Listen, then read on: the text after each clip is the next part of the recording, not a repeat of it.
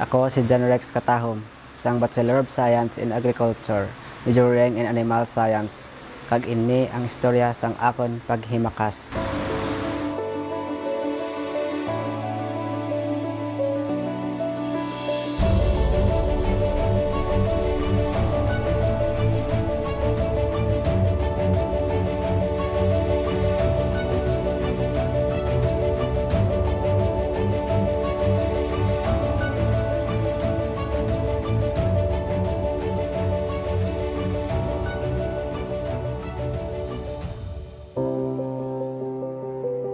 Sang gamay pa ko, 2 years old akong di ka paano. Sang nag-umpisa ko sila sa elementary, nadulon ako ni tatay.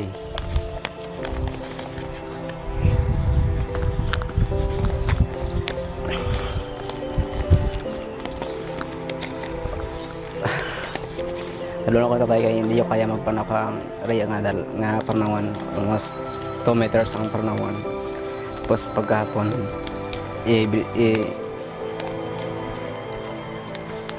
sugatan na naman ako. Isa na nabutan na ako sa dalang niya. Nga buhay kay yako der kako ong kay di ko yang panasang nga paranawan.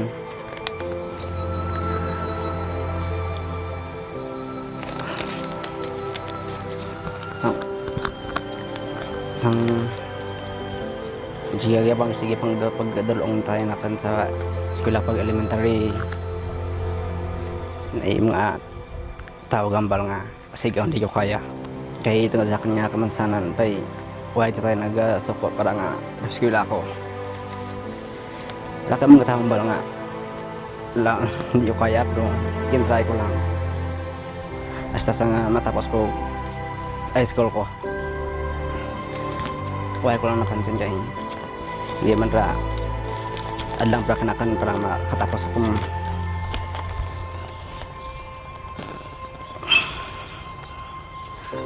tungod sa pamilya ko ngaging sige pa kilala na kan sumartid ako ay tasda nga para ma-piswila ko sana ka man yung tawag makinakan niya umukod sa nga may sitwasyon ko Iwayo ka din dibdib. Diyan sakit pero okay lang. Ang nakantatay, gobra lang sa uma. Tapos ang nanay ko, sa uma man gobra, bagulig lang kay tatay. Tapos ang sa mga bugto nga 5 kami, ako lang ang makagraduate sa college. Isang nag-college student ako. Pag first year, kay daw San Sabanuana, kay daw katao. Umpisa ko first year naglaimat ako kay sa siguro na magawa ng mga tao ng nakan sa palibot kag daw di kaya ka ako sinsa ko nga truck nanda sakit gwa pero sang nag-college ako nang naisip ko lang is makagraduate basta nga makatupad ng pangarap ko kay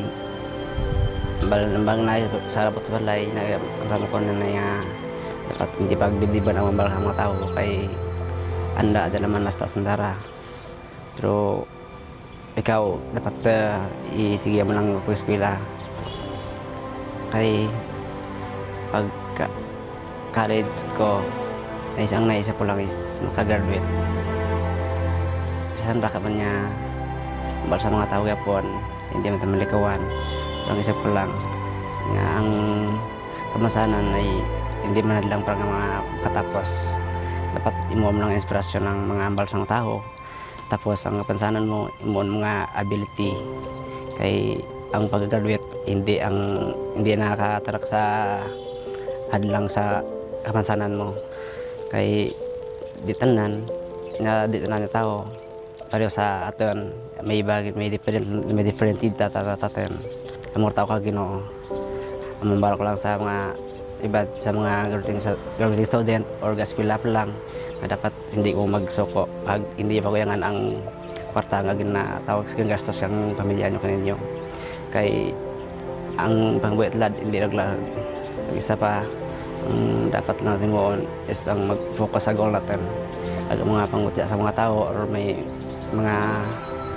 Muro may mga ang pareho man kanya kapansanan dapat natin ang ispilya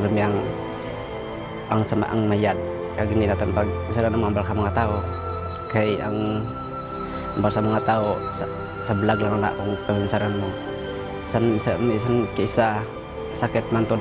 kasakit sa buhat natin pero dapat dapat kita maging strong para nga malukotan ng atan niya gusto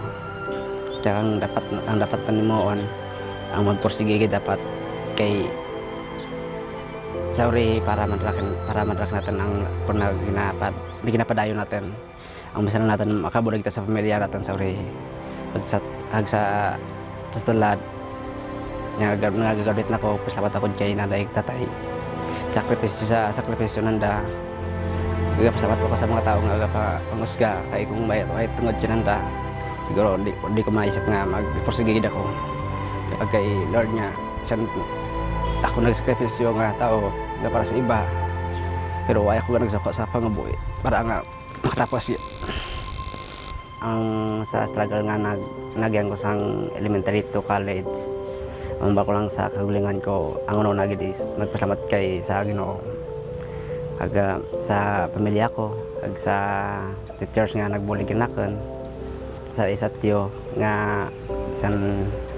bisan ano man nakita man daw ko ang kalayan ko nga ginbligan din ako para makatapos dito agang mambal ko lang sa guling ko is thank you gid kay sa tuwan niya struggle nga nagyan ko ang budlay nga na agyan ko sang una is may patunguhan rin nga naging proud ako sa self ko nga wala ako nag-give